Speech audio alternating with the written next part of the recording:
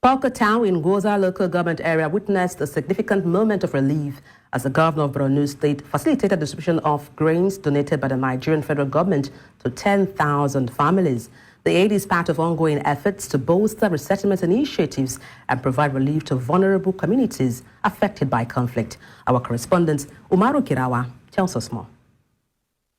A beautiful day to smile by families and victims of insurgency in Nigeria's northeast state of Borno, particularly Pulka town, a home to many widows.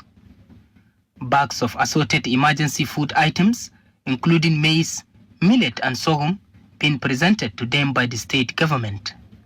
On behalf of the government and people of Borno State, to President Bola Ahmed Tinubu for this great initiative. This is not only the first support that we received from him.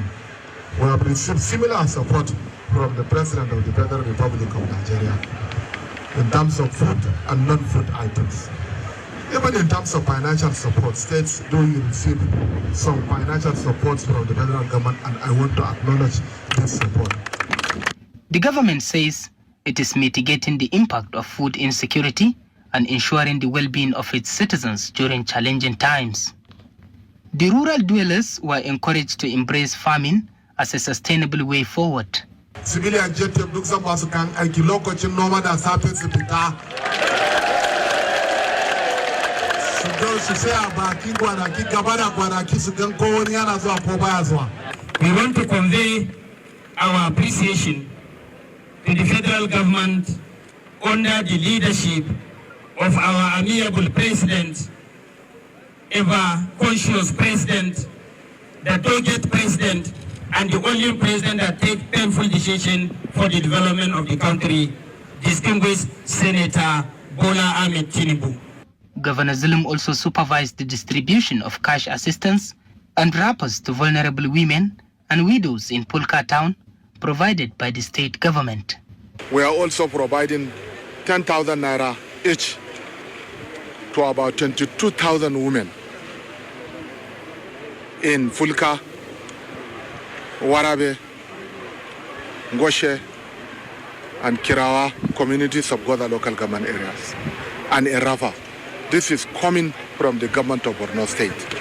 As residents continue to rebuild their lives from the ashes of the past, initiatives such as this serves as vital lifelines in fostering stability and promoting sustainable development in the aftermath of adversity. In Pulka for News Central, Umaru Kirawa.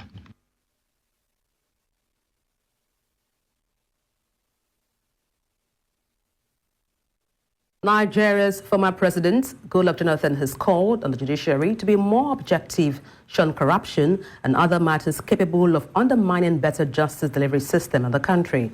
The former president made the call in Asaba, Delta State capital in Nigeria's south-south region at the official commissioning of a major project by the state governor to mark his 1 year in office. Our correspondent, Austin Hazu, tells us more. As part of activities lined up to mark Governor Sheriff Oberewori's 1 year anniversary, Nigeria's former president Goodluck Jonathan is here to unveil this newly completed ultra-modern High Court building in Asaba, completed and furnished by the governor.